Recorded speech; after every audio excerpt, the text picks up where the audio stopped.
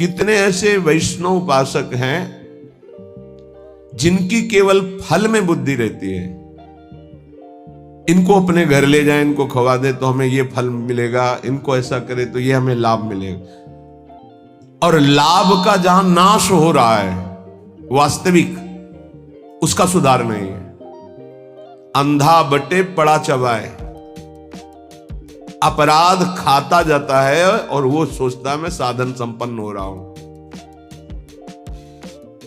जिनके कानों में शब्द पड़ रहे हैं भागवती, उनको संभलना चाहिए। अपने इष्ट की अनन्यता ही बेड़ा पार करेगी। तुम्हारे साधन बल में इतनी ताकत नहीं है कि इस महान भव समुद्र से पार हो जाओ। आचार्य चरण कह रहे हैं, क्वाहम मूढ़मति को नाम परमानंद एक सारम रसम। मैं मूढ़मति, कहां परमानंद का सार राधा नाम। वो अपने को मूढ़मति समझ रहे हैं। आप इतने विद्वान बुद्धिमान हैं, साधन से वस्तु प्राप्त कर लेंगे, तो हम फिर साधन क्यों करें? असाधन मिटाने के लिए। साधन नहीं करोगे तो असाधन बनेगा। लाभ किससे मिलेगा? प्रियालाल की कृपा से, आश्रय से। बात समझना है बड़े महापुरुषों की, बहुत जल्दी लाभ हो जाएगा। ये समझ में नहीं आती सबके। बिगड़ी जन्म अनेक की अब ही सुधरे आज, हो ही राम को, हो गया हमारा काम। भगवत प्राप्ति पक्की होगी, हो ही राम को। अब समय कैसे व्यतीत करें? नाम जप, गलती ना हो, इसलिए तज कुसुमाज, गंदी बातें छोड़ो, नाम जप करो। इससे समय तुम्हारा सार्थक होगा। गति तुम्हारी प्रभु के होने से होगी। मेरी प्रिया जो, मेरे श्यामा जो, मेरी लाडली जो। ये बात समझ में नहीं आती, ये नहीं समझ में आती। दान पुण्य समझ में आएगा, तीर्थ स्नान, परिक्रमा, साधु सेवा, ये समझ में आएगा, क्योंकि इससे मुझे लाभ मिल रहा है। क्या? अहम को सुख मिल रहा है। मैं प्रति महीने इतना देता हूं, मैं प्रति महीने ये दान करता हूं, मैं ये करता हूं, ये करता हूं। ये हुआ अंधा बटा, और अहंकार रूपी पड़ा चबा रहा है, तुम्हारी समझ में नहीं आ रहा। खाली हाथ मलिनता की मलिनता बनी रहेगी। जिनको कृपा का परिचय मिला, वो करे सबे अंग गुणहीन हो।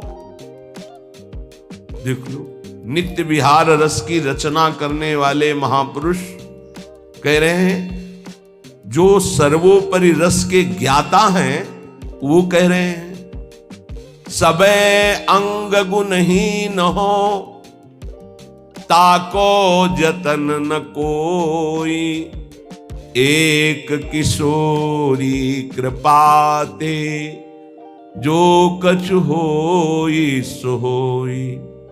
समस्त साधनों से हीन हूं, कोई दैवी संपदा का कोई गुणाभिमान नहीं।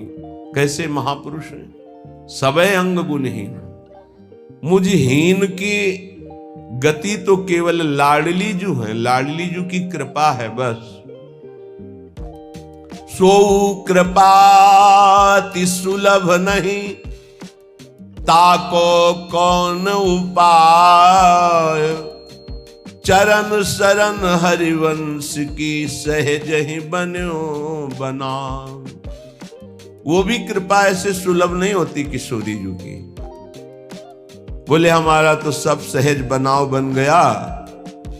हित सजनी स्वरूपा हरिवंश महाप्रभु की शरण मिल गई, तो श्री हरिवंश कृपा हुई, तो लाडली जी की कृपा बरसने लगी।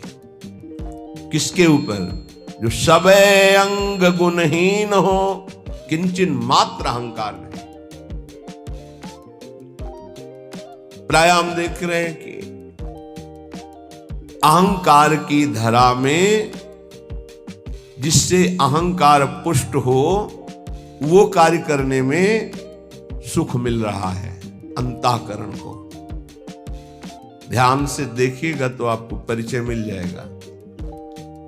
मैं ये कर रहा हूं, मैं ये करूंगा, मैंने इतना जपा, मैं इतना जपूंगा, ये अहम अंदर जो है वो सुखानुभूति दे रहा है, वो साधना की।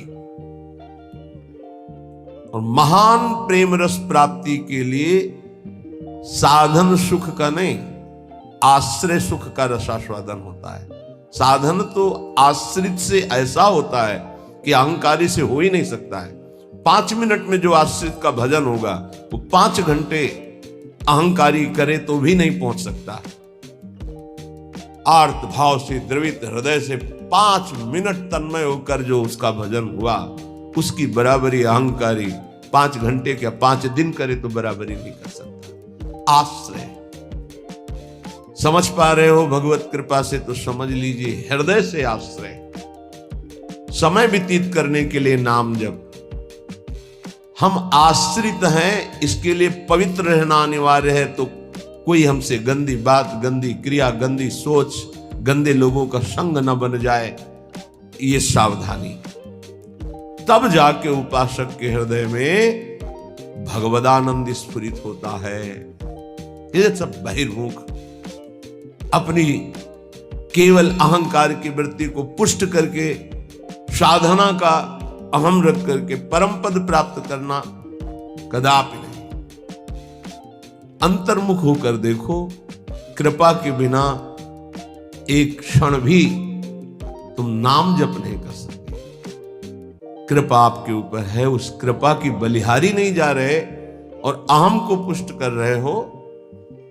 बहुत सावधानी, अंदर का विषय अगर इसे सुधारोगे नहीं तो बहुत लंबा समय चला जाएगा, बहुत लंबा समय। बाहरी वेश परिवर्तन से, बाहरी स्थान परिवर्तन से कोई फर्क नहीं पड़ता मन में, अहंकार में, दोषों में। जब तक हमारा चिंतन परिवर्तित नहीं होगा तब तक बात नहीं बनेगी। अहम युक्त चिंतन मूढ़ता को धारण करता है। मूढ़ पुरुष कभी परम पद का अधिकारी नहीं होता। दैन्य भाव प्रियाजू को अत्यंत प्रिय है और ये अहम नष्ट होकर दैन्य आना केवल गुरु कृपा से होता है। एक है, उनको बस शरणागति के बाद एक ही उपदेश कि तुम जितना दान पुण्य करते हो सब बंद कर दो, यमुना जी में फेंक दो या ऐसी जगह दे दो कोई तुम्हारी तरफ देखे ना, कोई तुम्हें बाद में धन्यवाद न दे ऐसा, और नमक रोटी खाओ, भजन करो, श्री जी मिल जाएंगे। पर वो सम्मान प्रिय जीवन तो हमको ये बर्दाश्त नहीं। और सार्वभौम सत्संग हो रहा किसी व्यक्ति के लिए नहीं, वो तुम्हारे अंदर की कमजोरी को दूर कर रहा है, उस कमजोरी को मार रहा है जो तुम्हारे भजन को खा रहा है, तुम्हारे भजन को छीण कर रहा है। पर वह अहंकारी चोरों को संभाल के हृदय में रखता है और सत मार्ग की वृत्ति से दूर हो जाता है। वो समझ नहीं पाता, वो संत वाणी को, गुरु वाणी को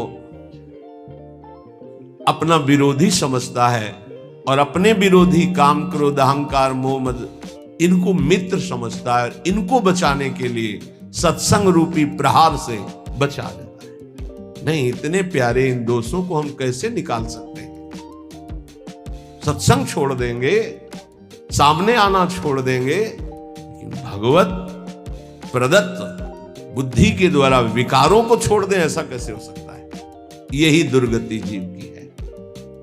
भगवान की तरफ से सब बानक बन गया। मानव देह वृंदावन आ जाना, रसिकों से शरणागत होकर दीक्षा ले लेना, साधन पद्धति का ज्ञान करा देना, और कुछ नहीं।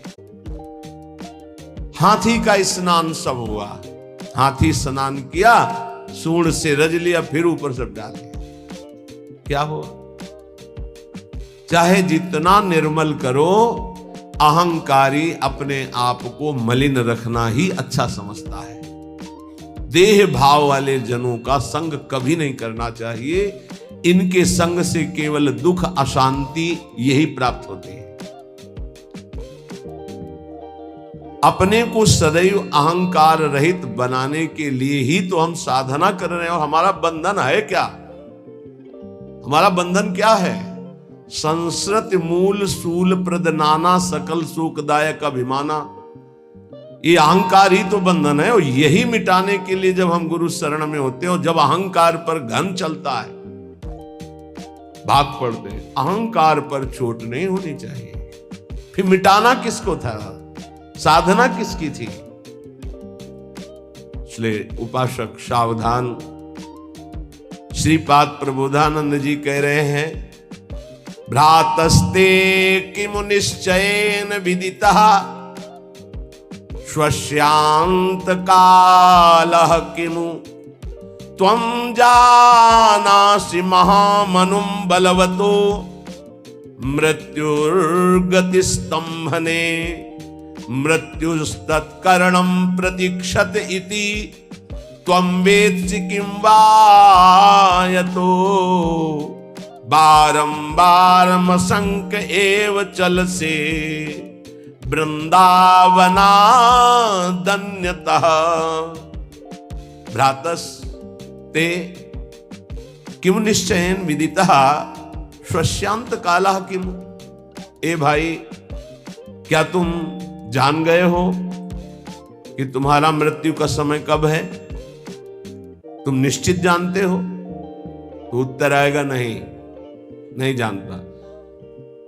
तो फिर तुम बलवान मृत्यु की रोकने की गति क्यों नहीं प्राप्त कर रहे? जहां तुम्हें मृत्यु छू न सके ऐसी स्थिति में क्यों नहीं पहुंचना चाहते हो? क्यों बार बार जन्मना मरना पसंद करते हो?